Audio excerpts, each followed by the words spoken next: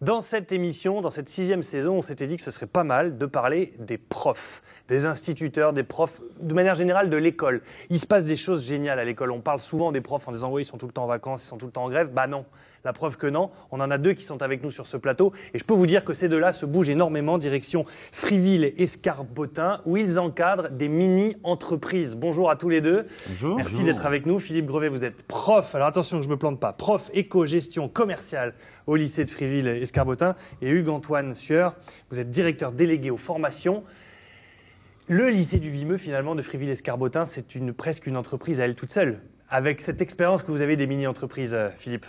Oui, c'est vrai que c'est un établissement qui fourmille d'idées. Et dans cet établissement, donc, ça fait 7 ans maintenant qu'on met en place des mini-entreprises avec Hugues-Antoine.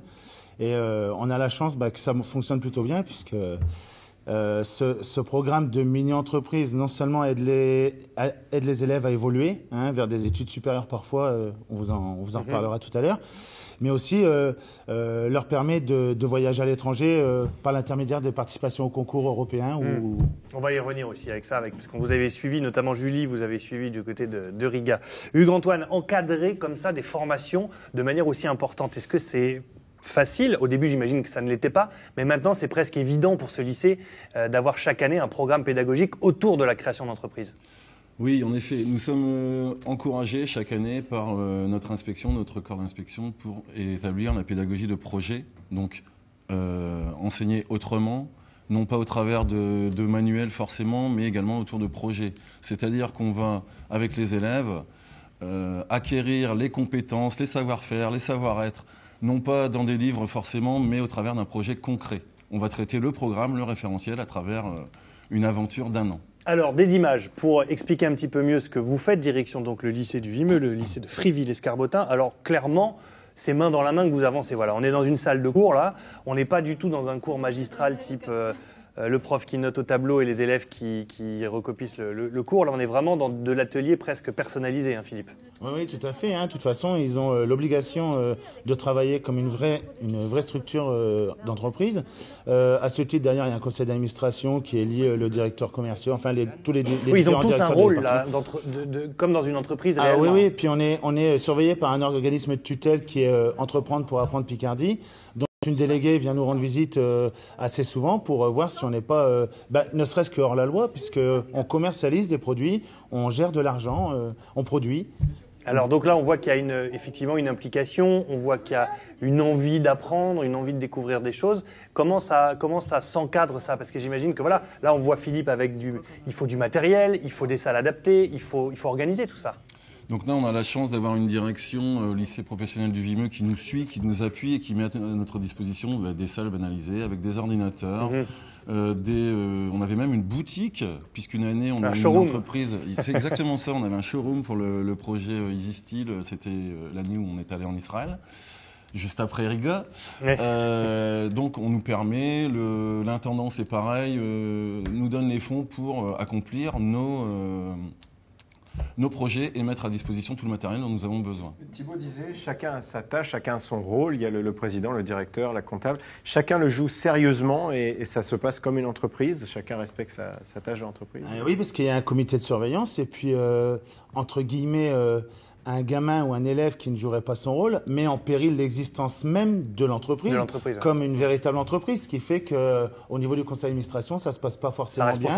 Ça responsabilise. Ils se remettent en place entre eux. Sachez que vous allez avoir un directeur délégué, et là, s'il faut taper du poing sur la table, ils le font à notre place.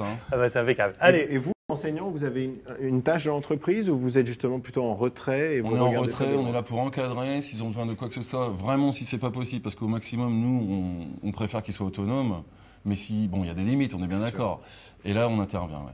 Alors, on va prendre l'avion, direction Riga, dans le froid, dans le nord, dans le Grand Nord, en Lettonie, avec des images que Julie avait ramenées avec Jérôme Marignon à l'époque où vous avez suivi. Là, vous êtes en fait le seul lycée français représenté à Riga pour représenter le concours des mini-entreprises. Déjà, c'est une réussite parce que vous êtes le représentant français en fait dans ce grand concours européen des mini-entreprises. Là, Philippe, il a son rôle un peu de manager général, de coach et tout ça. Pour l'avoir vu, je peux vous garantir que ça file droit, mais ça file avec le sourire. Et regardez la motivation qu'ont ces élèves. C'est-à-dire que là, ce ne sont plus des élèves, ce sont des chefs d'entreprise finalement et des entrepreneurs. Ah oui, là, ils doivent défendre leur, comme on dit, leur bout de gras. Et ça a ceci de particulier aussi, c'est que quand ils ont la possibilité de participer à ce genre de concours, qui sont des concours internationaux, la langue d'interrogation au niveau des jurys, c'est l'anglais. Donc ça, en plus, ça leur donne une maîtrise de la langue qu'ils n'avaient pas forcément au départ, en arrivant.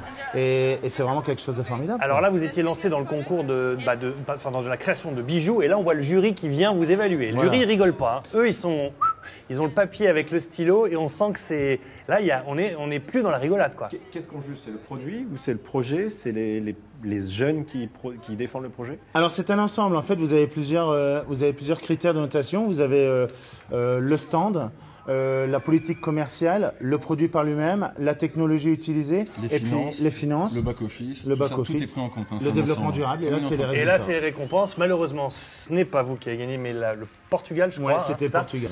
Ils nous ont fait le coup cet été. Hein. Du coup, déception des Français, de vos élèves, mais déception pédagogique, encore une fois. C'est-à-dire qu'on apprend de ces échecs-là. Alors voilà, puis on trouve une unité qu'on n'avait pas au départ. Faut quand même se rappeler qu'au départ, c'est pas forcément des gamins qui sont en situation de réussite au niveau scolaire. On les amène sur des concours européens, on partage des choses ensemble. Le fait qu'ils aient grandi, vous savez qu'on a quand même un retour là-dessus, c'est que 90%, si ce n'est 100% des élèves qui passent en mini-entreprise sur de la pédagogie de projet sortent non seulement avec le bac, mais avec mention. C'est-à-dire on a 90% de mention et des poursuites d'études. Donc c'est formidable. On lutte vraiment contre le décrochage aussi. On ne perd pas de vue également nous sommes enseignants. C'est entreprendre pour apprendre, même si on n'a pas la finalité d'un prix, il y a l'examen. On les forme à l'examen, on forme des étudiants, des futurs étudiants, des futurs professionnels et des futurs citoyens. Très bien. Vous voyez, les profs se bougent, les profs ont des idées, les profs sont encouragés aussi par le rectorat et par votre direction. Mais voilà, il y a des choses jolies qui se passent dans des collèges, des lycées, des écoles, et c'est dans cette rubrique qu'on mettra ce genre d'initiative et ce genre de personnages en avant. Merci beaucoup d'être venu. Le site Entreprendre pour apprendre, justement, c'est sur Internet, Gontran. Absolument. Entreprendre-pour-apprendre.fr. Voilà, c'est tout ce qui est expliqué au sujet de la mini-entreprise dans le collège. Très bien. Là, cette année, vous travaillez sur quoi? Le produit, c'est quoi? Ça peut être tout n'importe quoi. Hein. Ça peut être des porte-documents en matière recyclable, ça peut être des coffres de toilettes. Rendez-vous au salon des mini-entreprises régionales. Donc, je pense qu'on ira vous voir et on ira voir ce que vous présentez. Merci beaucoup d'être venu, en tout cas. Merci pour votre accueil. Allez.